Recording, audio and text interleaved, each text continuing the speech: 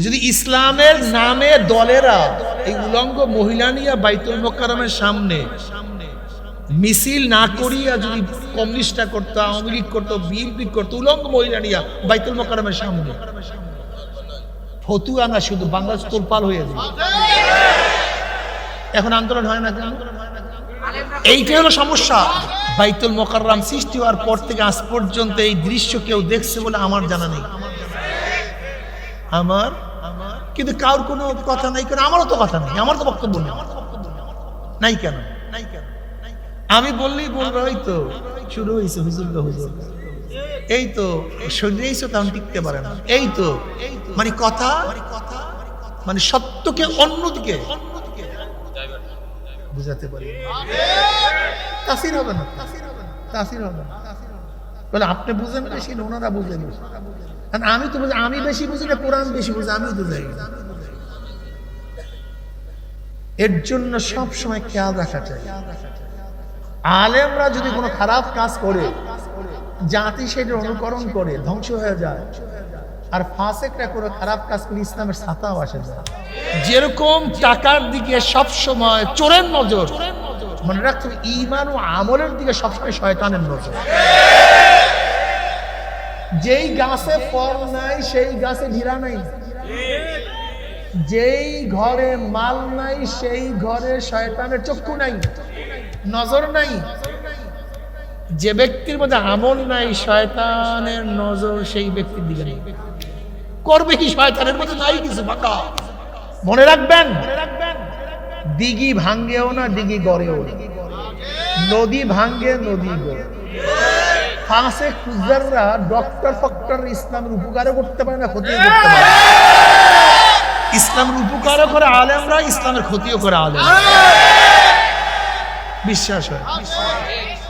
ধরে নেন বাইতুল মোকাররমে যেই মিছিল করছি আমরাই বলি, এই ইসলামের নামে ওলামায়ে কেরাম যেই মিছিল করছি উলঙ্গ মেয়েদেরকে নিয়ে, বেপরদা মহিলাদেরকে ধরে নেন, এইটা যদি আলেমরা না করতো বা ইসলামের দলের কেউ না করতো, ধরে নেন, মনে মনে চিন্তা করেন তো, যদি এটা বিএনপি করতো বা আওয়ামী লীগ করতো বা রাশেদ খান মেননের দলের করতো বা কমিউনিস্টরা করতো, বলেন তো বাংলাদেশে আন্দোলন কেমন হইতো? বলেন, হ্যাঁ আন্দোলন হইতো না? বেপরদা মহিলা নিয়ে মসজিদে বসে আন্দোলন হইতো না? মানুষ এত জাহেল কিভাবে তাও তো বুঝে, কি প্রশ্ন করে তাও তো।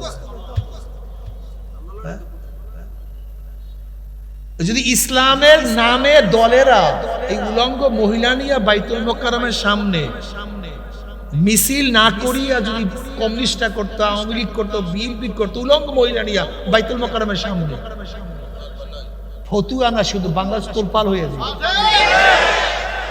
এখন আন্দোলন হয় না কেন? এইটাই হলো সমস্যা। এর জন্য ইসলামের নামে কোনো ভণ্ড যদি কোনো দেশে একবার হয়ে যায়, ওই দেশে কিয়ামতের আগ পর্যন্ত আর কোনদিন ইসলাম আসবে না। কারণটা কি বলেন তো? এই একটা উদাহরণ দিলাম, এই একটা উদাহরণ নেন, এই একটা উদাহরণ, এই একটা উদাহরণ নেন। বাইতুল মোকাররম সৃষ্টি হওয়ার পর থেকে আজ পর্যন্ত এই দৃশ্য কেউ দেখছে বলে আমার জানা নেই। আমার কিন্তু কারোর কোনো কথা নাই কেন? আমারও তো কথা নেই, আমার তো বক্তব্য নেই। নাই কেন? আমি বললেই বলবো এই তো শুরু হয়েছে হুজুর গো হুজুর, এই তো সরিয়েছো তখন টিকতে পারে না, এই তো মানে কথা মানে সত্যকে অন্যদিকে বুঝাতে পারি। তাসির হবে না, তাসির হবে না। বলে আপনি বুঝেন বেশি, ওনারা বুঝেন বেশি। আমি তো বুঝি, আমি বেশি বুঝি না, কোরআন বেশি বুঝি, আমিও তো যাই। এর জন্য সব সময় খেয়াল রাখা চাই, আলেমরা যদি কোনো খারাপ কাজ করে জাতি সেটার অনুকরণ করে ধ্বংস হয়ে যায়, আর ফাসেকরা করে খারাপ কাজ করে ইসলামের ছাতাও আসে যায়। দিঘি দিঘি নদী,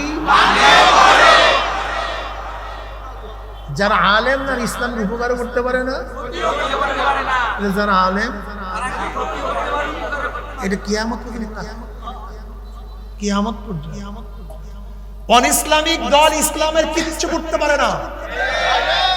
অন ইসলামিক দল ইসলামের কোনো ক্ষতি করতে বরং ইসলামের যত বেশি ক্ষতি করে তত বেশি আন্দোলন হয়, সংগ্রাম হয়, বিপ্লব হয়।